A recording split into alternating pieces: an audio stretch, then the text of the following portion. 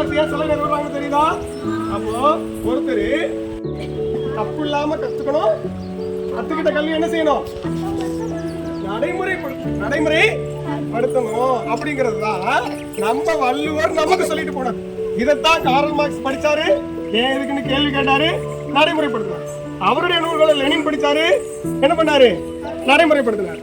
மாசேத்துங் படிச்சாரு, நடைமுறைப்படுத்தினார். புரியுதா உங்களுக்கு? இப்போ அது மாதிரி அதாவது நம்ம படிச்சத சரியான விஷயங்களை நடைமுறைப்படுத்ததான் என்ன நடக்கும் நாட்டுல நல்லது. நம்ம படிக்கிறது ஒண்ணு, செய்யறது. திருடக்கூடாதுன்னு படிப்போம், திருடக்கூடாதுன்னு படிக்கிறோம். திருடக்கூடாதுன்னு எதையுமே திருடக்கூடாது தானே.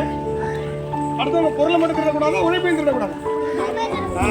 அடுத்தவங்க உழைப்பு எல்லாம் திருடி அது லாபம் அப்படின்னு என் பாக்கெட்ல போட்டுட்டு போயிட்டு அது மாதிரி செய்யக்கூடாது அப்படின்னு சொன்னவங்க